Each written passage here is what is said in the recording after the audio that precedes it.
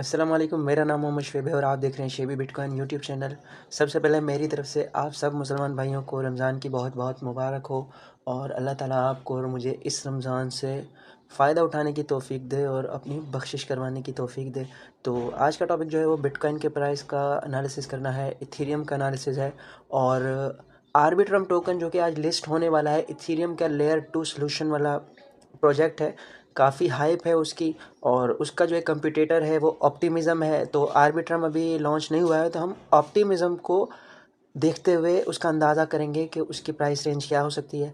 और कल के दिन स्पेस आईडी टोकन जो है रिलीज़ हुआ है, वो लिस्ट हुआ है बाइनांस पर, उसके बारे में बात करेंगे। और साथ ही फेड ने रात की मीटिंग में क्या कहा है जिसकी वजह से मार्केट क्रैश हुई है, तो उसको भी डिस्कस करेंगे। सबसे पहले यहाँ बिटकॉइन का एनालिसिस करते हैं। बिटकॉइन ने रात को जब फेड का इंटरेस्ट रेट आया तो बिटकॉइन ने 28,931 का एरिया अप साइड पर विक लगाई और उसके बाद डाउन साइड पर जो है 26,600 तक के एरिया तक आया। अब ये एरिया जो है क्यों फ्लिप हुआ इस बारे में बात करते हैं। यहाँ पर रेड लाइन को मैं कई दिनों से डिस्कस कर रहा था कि ये 100 मूविंग एवरेज है। इससे ऊपर बिटकॉइन देखिए यहाँ पर सपोर्ट किया, फिर यहाँ पर सपोर्ट किया, फिर यहाँ पर, और उसके बाद यहाँ पर इसने ब्रेक कर दिया और अब ये इससे डाउन साइड पर एज अ रेजिस्टेंस इस लाइन को फेस कर रहा है। और यहाँ पर अगर देखा जाए तो हमारे पास जो है एक बेयर फ्लैग भी बन रहा है। बेयर फ्लैग को अगर हम कैलकुलेट करें तो यहाँ पर जो है डाउन साइड पर इसका हमारे पास क्या टारगेट बनता है, यहाँ पर देखें। यहाँ हमारे पास टारगेट इसका एग्जैक्ट 25,291 और 291 और 300 का टारगेट बन रहा है। तो यहाँ पर जो है हम अगला टारगेट अपना देख सकते हैं बिटकॉइन का। और बिटकॉइन के लिए फ़िलहाल कोई अच्छी न्यूज़ नहीं आई, तो मैं इस टारगेट को कई दिनों से आपसे डिस्कस कर रहा था कि अगर बिटकॉइन को ऊपर जाना है तो बिटकॉइन को इस एरिया को रीटेस्ट करना होगा। बिटकॉइन का ये पहला एरिया है, ठीक।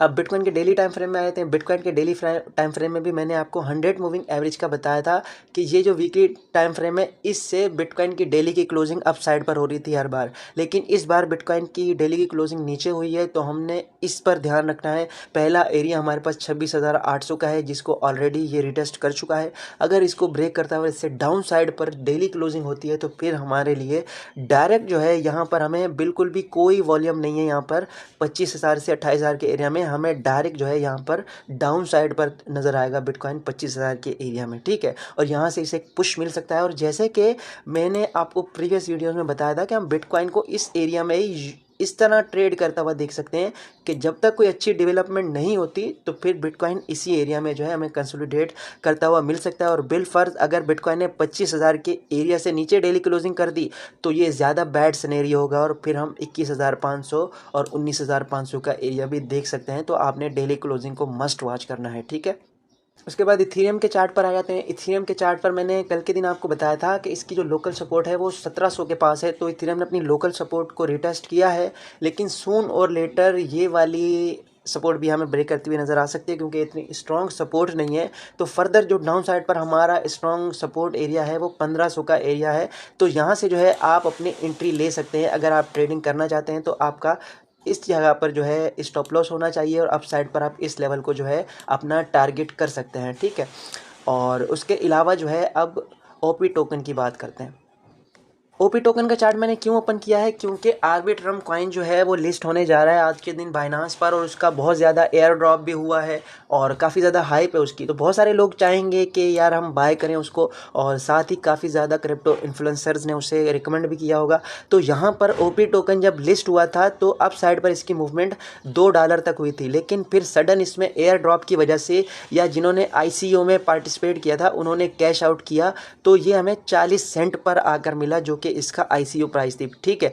फिर ऊपर गया, फिर $2 पे गया और उसके बाद दोबारा इसने डाउन साइड पर हमें 70 सेंट पर ये मिला। तो ये दो अपॉर्चुनिटी हमें ऑलरेडी मिल चुकी थी जिसमें हम बाय कर सकते थे। तो ARB टोकन में भी आपने फोमो का शिकार नहीं होना कि यार जल्दी से बाय कर लें कहीं हम रह ना जाएं। जब वो सेलिंग होगी और उसमें से प्रॉफिट टेकिंग होगी तो वो भी आपको यहाँ इन एरियाज में डाउन साइड पर मिल सकता है। आपने उसकी ICO प्राइस को देखना है कि वो कहाँ पर है। अगर ICO प्राइस के आसपास आपको मिलता है तो आप उसको बाय कर सकते हैं फॉर लॉन्ग टर्म, कोई इशू वाली बात नहीं है। और यहाँ पर देखें ये जो हमें कॉइन मार्केट कैप पर मैंने ऑप्टिमिज्म का जो चार्ट है वो ओपन किया है। यहाँ पर देखें इनकी जो फिलहाल, क्योंकि ये नए प्रोजेक्ट हैं तो इनकी टोकनोमिक जो है वो वर्स्ट है फिलहाल, क्योंकि 7% सप्लाई सिर्फ मार्केट में आई है। 4 अरब कॉइन से ज़्यादा इसकी सप्लाई है और 7% आई है, यानी कि 93% सप्लाई मार्केट में आना बाकी है। तो आगे आने वाले वक्त में अगर इसकी हाइप बनी रहती है तो ये हमें अच्छा प्रॉफिट दे सकते हैं और काफ़ी अच्छे प्रोजेक्ट हैं ये। तो इनमें आप कम से कम रिस्क लें, क्योंकि इतनी ज़्यादा सप्लाई जब मार्केट में आएगी तो ओबियसली इनको मार्केट कैप भी उतना ही ज़्यादा चाहिए होगा। और स्पेस आईडी टोकन की बात करते हैं, ये कल के दिन बाइनांस पर लिस्ट हुआ और लिस्ट होने के बाद ऑलमोस्ट इसने $1 तक का टारगेट लगाया होगा। बाइनांस पर आपको विक्स इसकी $2.5 पर जाती हुई नज़र आ रही है, लेकिन $2.5 पर मैंने नहीं जाता हुआ देखा, क्योंकि मैं लाइव इसको ट्रैक कर रहा था। तो अभी जो है अगर आप इसको बाय करना चाहते हैं तो फिलहाल आपने इसको जो है चेक करना है, फिलहाल फ़ौरन से बाइंग नहीं करनी। इसकी जो टोकनोमिक है वो भी देखें, सिर्फ 14% की सप्लाई मार्केट में है, बाकी फ़िलहाल आना बाकी है।